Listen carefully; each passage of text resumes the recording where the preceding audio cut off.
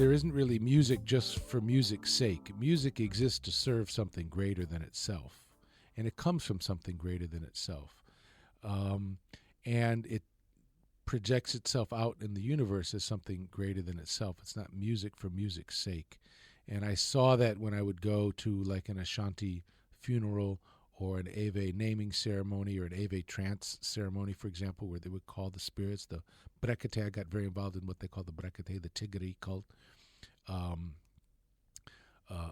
ceremonies of where young women would move from adolescence to womanhood. There'd be music for that, music for harvesting, all of the cycles of moving through life, periods of life.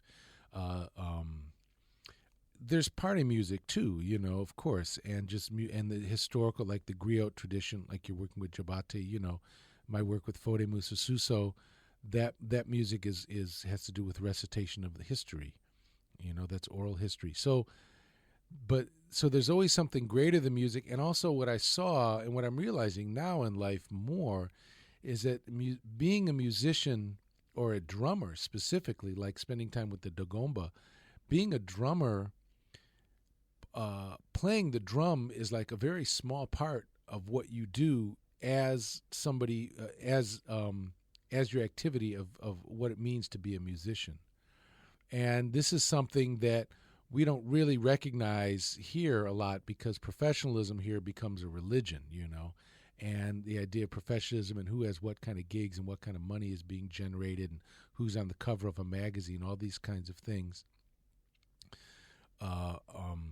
Where the real meaning of what you do when you talk to somebody like, I've had the good fortune to spend time talking with someone like Ornette Coleman, who I think just got his honorary doctorate at Columbia today, so congratulations for that.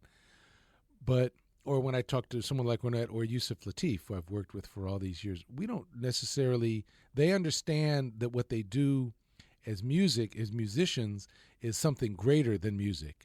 It's moving through music, but it also has a philosophy, and African American music has really given us something particular about that. We find it in many cultures about the music coming from something, about a philosophy and a way of how you live. It's so just because for example, we're not playing music that's for a naming ceremony for a new child, we still have a functionalism related to what we do creatively that's much bigger than the music. At least that's how I feel about it, and that's how I look at it. So when I place my hand on the drum to strike the drum, okay, or if I'm composing, or whatever instrument I'm playing, whatever context I'm in, I like to think about. I like to be in tune with something that's greater than. That's something else other than music and running around with my hands on an instrument or something,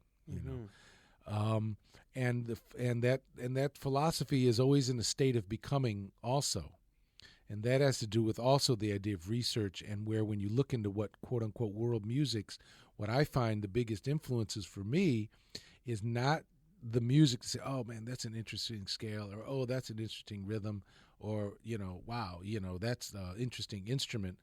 But it has to do with my research and travels and collaborations with artists. It's like, what's fascinating is how are they thinking about music, and what does music mean? We're all doing this thing together, but it means something. It comes from something. For example, Saturday night I'm going to play a little bit with a couple pieces with Hassan Hakmoun at a major Ganawa concert that's happening. They're bringing Mustafa Bakbou and Mahmoud Guinea, who are two of the great malims from Morocco, Ganawa malims, and Hassan being the younger generation from them. They're probably, I think they're both in their probably late 50s and 60s. So when I was spending time in Morocco, starting in 78, and then when I went back and go with what it means to be a malim and play the sintir, you're not just playing songs, you're playing a song. You have to be a doctor, you have to know you're a psychologist, because when you play the Lila ceremonies, which lasts for almost 24 hours or all night into the morning, and go through the colors, each of the colors, you're calling down different spirits to help heal people from different kind of psychological ailments, and the different colors have to do with different psychological states. They also have to do with a lot of things, but that's one of them.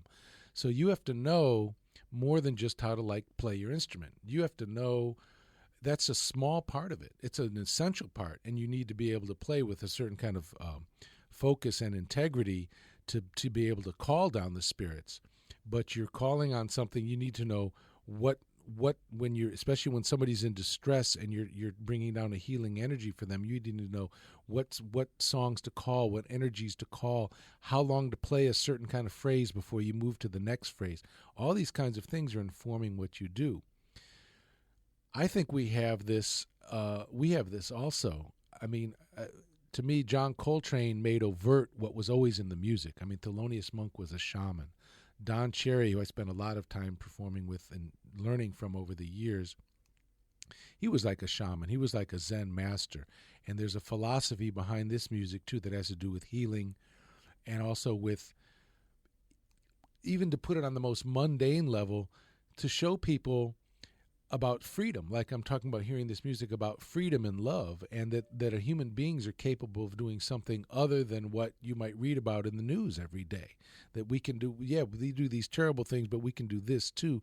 The human imagination has no limit, actually. And expansion, consciousness can expand as long as you draw a breath. It can continue to expand. So that's kind of what this, and so if somebody's inspired, when we play music, I'm thinking about that energy spark, that inspiration that goes, maybe it comes, if you're lucky, it comes to you, and it's more than luck, but when it smiles upon you, and then you extend that energy out, and somebody can take it. I had a beautiful, with my organic orchestra, I remember the wonderful poet named Ann Tardos came, and she said she went home one night and wrote a poem that she was inspired by the music.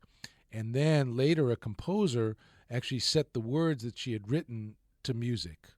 Again, other music, So here's something, and then maybe that goes on, So all these things about energy moving and positive energy, healing energy. I mean, musicians are the shamans of this period, Artists are, just broadly, artists are, if they know that they are, because I don't think I have to say a lot of it to understand the kind of distress that humanity and the world, is in, and we can, but there's a lot of ways. I mean, there's activism, and then there's a lot of ways to try and bring that positiveness to it, So, anyway, so that's sort of a roundabout way to just talk.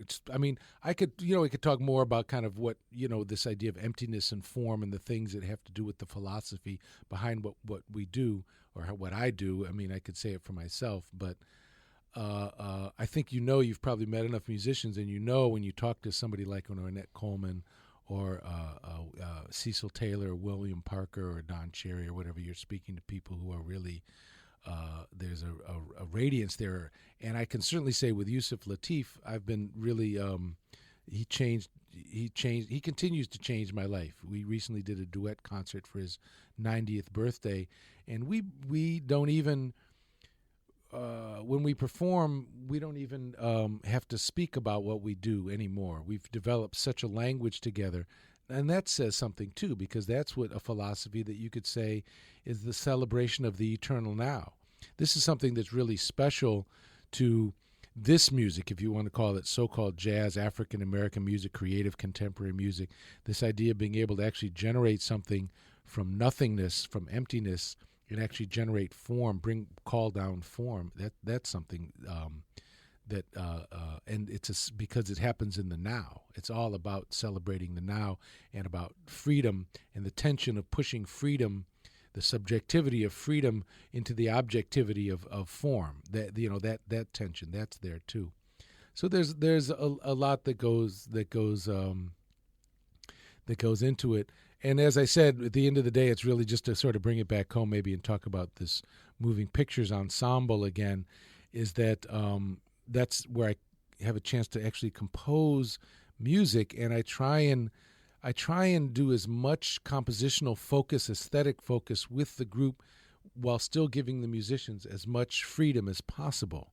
It's really about freedom, and I want them to be free to really project their inner voice. You know, the Dogon have a term they call mi, M-I, which means this inner spirit of the person projected through the voice of the instrument.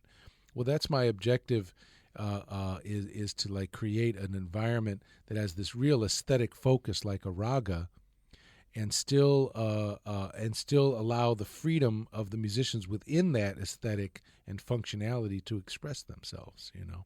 And that's back to the alchemy. I mean, these 8 people in the moving pictures, and these string players have we have a alchemy together, you know. I mean, that's how you choose the musicians, you know, not like, I mean, everybody can play, but it's like their language, and that they're like open to these kinds of things, you know. Mm-hmm.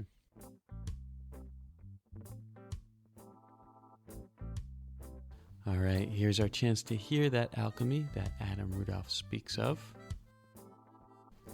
This is an exclusive live track that Adam Rudolph was so generous as to share with the audience of NYC Radio Live.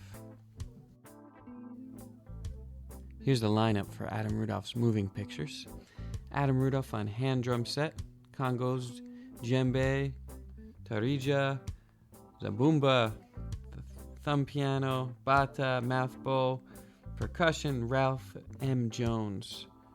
On the hulusi, the bass clarinet, alto and C Germanic flutes, soprano and tenor saxophones, bamboo trumpet, bamboo flutes, Joseph Bowie on trombone, organic electronics, vocal, harmonica, congas, bamboo trumpet and percussion, Graham Haynes on cornet, flugelhorn, bamboo trumpet and percussion, Raheem Fribgain on oud, cajon, bandir, tarija and percussion, Kenny Wessel on electric and acoustic guitars, banjo, Jerome Harris on acoustic bass guitar, slide guitar, and vocals, Matt Kilmer on frame drums, kanjira, bata, and percussion.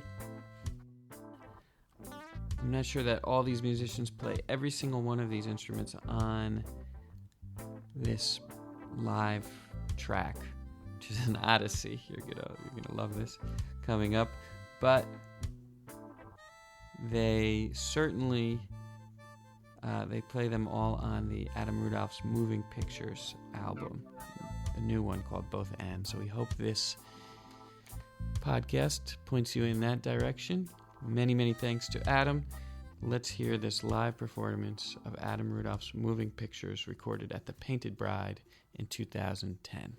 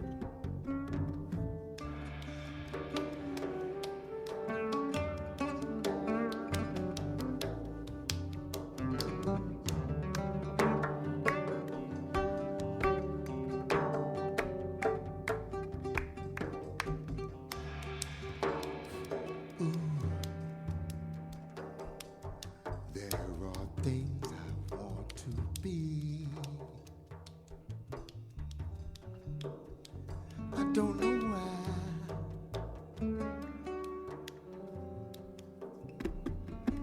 There are things I want, feel free.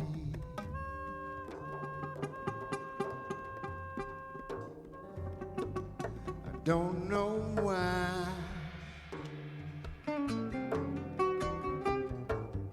Places I want to go.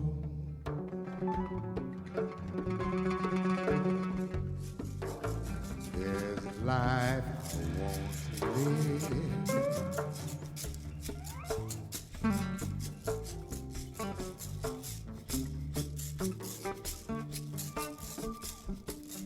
I stop and think, what must I give?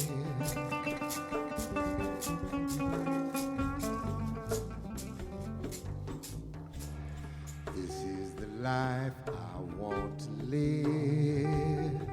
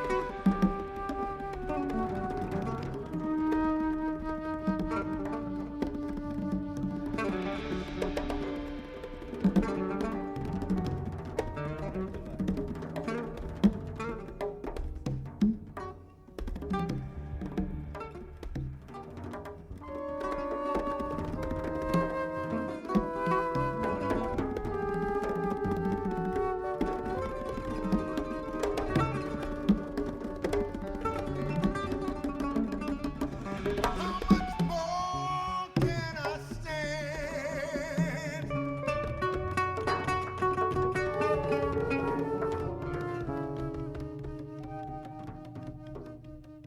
Is there a way to set me free?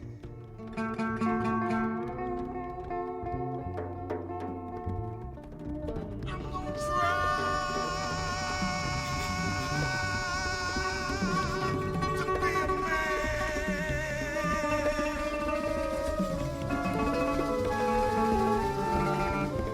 with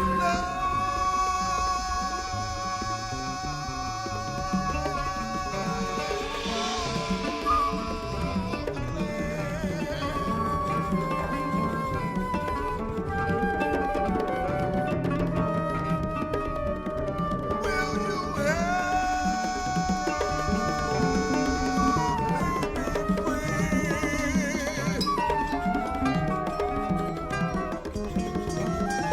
try to love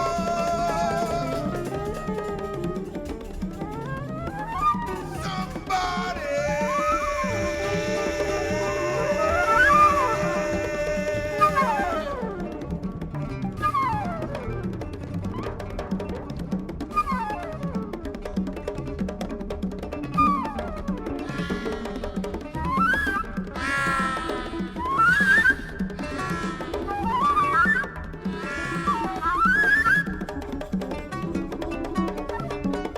You can't never stop to try. Nobody can deny.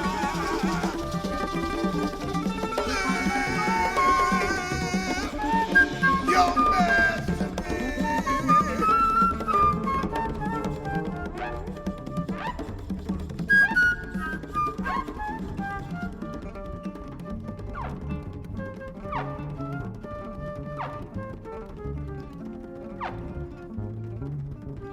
There must be one, so have to be.